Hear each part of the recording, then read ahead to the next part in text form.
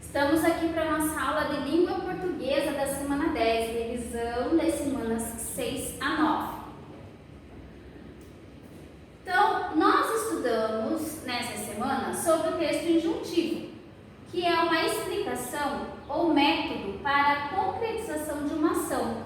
Ele indica um procedimento para realizar algo, por exemplo, uma receita de bolo, uma bula de remédio, um manual de instruções, editais e propagandas. Então, o texto injuntivo ele é um texto que nos auxilia a concretizar uma ação, explica como devemos fazer alguma coisa. Quais são as características do texto injuntivo? Ele instrui o leitor acerca de um procedimento, como realizá-lo, induz o leitor a proceder de determinada forma, então indica as ações que ele deve ter, utiliza linguagens objetivas e simples, claras, para que a gente possa segui-las, utiliza verbos no infinitivo, imperativo ou presente do indicativo, e chamamos de texto injuntivo aquele que busca influenciar o comportamento do leitor. Se ele está nos ensinando a fazer algo, ele vai influenciar o nosso comportamento. Vimos também sobre coesão, que o que é a coesão? É uma conexão linguística que permite a amarração das ideias dentro do texto, ou seja, permite o entendimento do texto.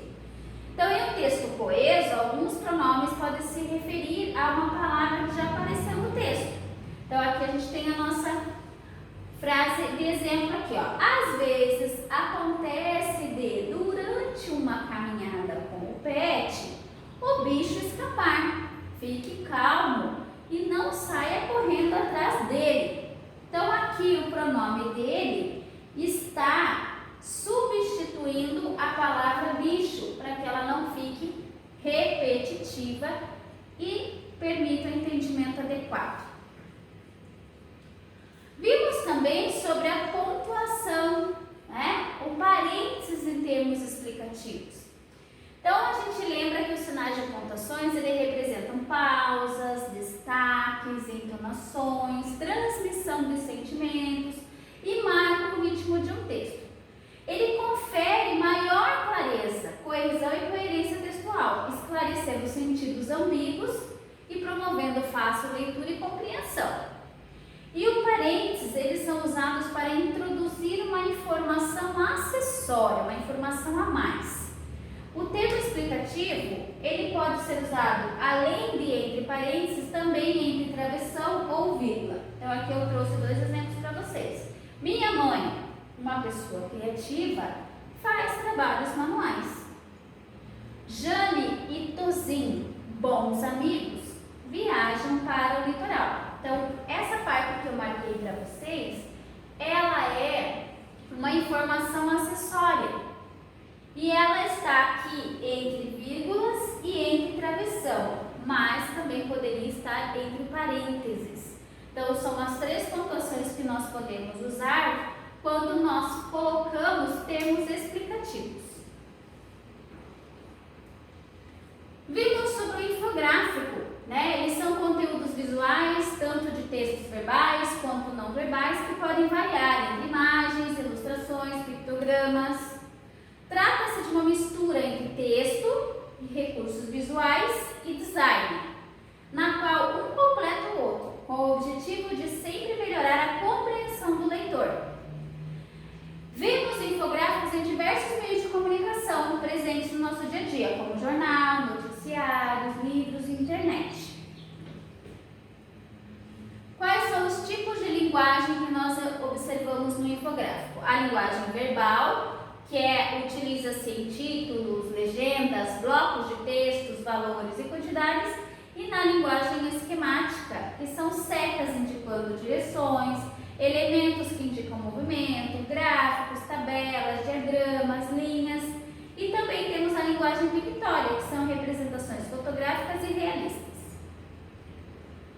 Vimos sobre coesão de sinônimo e coesão de elipse, Então, o sinônimo é quando nós substituímos então uma palavra por outra de igual sentido.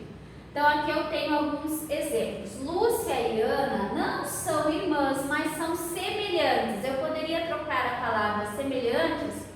por parecidas. Então ficaria Lúcia e Ana não são irmãs, mas são parecidas. Então eu uso sinônimos eu troco, né, por sinônimo, mas eu mantenho o sentido do texto ou da frase. Faça uma poupança para pagar a viagem. Então faça uma economia para pagar a viagem. Não mudei o sentido da frase. Ninguém sabe qual será a resolução do juiz. Então ninguém sabe qual será a decisão do juiz. Então a coesão por sinônimo é quando eu substituo uma palavra para não ficar o texto repetitivo e mantenho o sentido dele. A coesão por elipse é quando eu tenho a omissão de termos facilmente identificados pelo contexto. Então na frase, muita gente nas calçadas, nas portas e nas janelas dos palacetes vendo o enterro. Aqui teve a omissão do verbo haver, em havia muita gente nas calçadas. Então teve uma omissão aqui.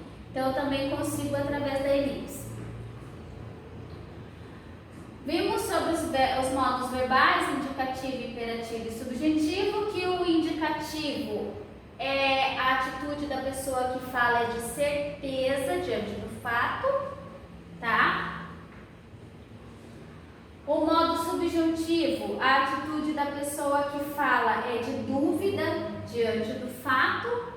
Daí nós temos lá algumas maneiras de falar. E o modo imperativo é a pessoa que fala, ela dá uma ordem, né? Ela oferece um conselho ou faz um pedido. Vimos também sobre história em quadrinhos, né? Que elas são uma sequência em quadros da história.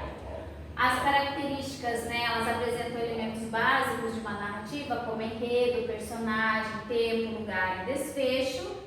Ela apresenta a linguagem verbal e não verbal. E os balões, de formas e tipos variados, também servem de suporte para os diálogos dos personagens, para mostrar as suas ideias. Vimos os tipos de balões que nós temos, né? Fala do personagem, cochicho, pensamento, grito, fala de mais de um personagem, quando representa uma ideia, quando representa uma dúvida, quando apresenta admiração, quando não consegue o personagem se expressar, quando está choroso ou triste, quando está cantando ou quando está zangado. E vimos também sobre onomatopeias, que é uma figura de linguagem que reproduz fonemas ou palavras que imitam sons naturais de objetos, pessoas ou animais. Aumenta a expressividade do discurso, motivo pelo qual ele é muito utilizado na literatura e nas histórias em quadrinho. Então aqui temos alguns exemplos das onomatopeias para vocês relembrarem. E é isso, pessoal. Bons estudos e boa avaliação para vocês!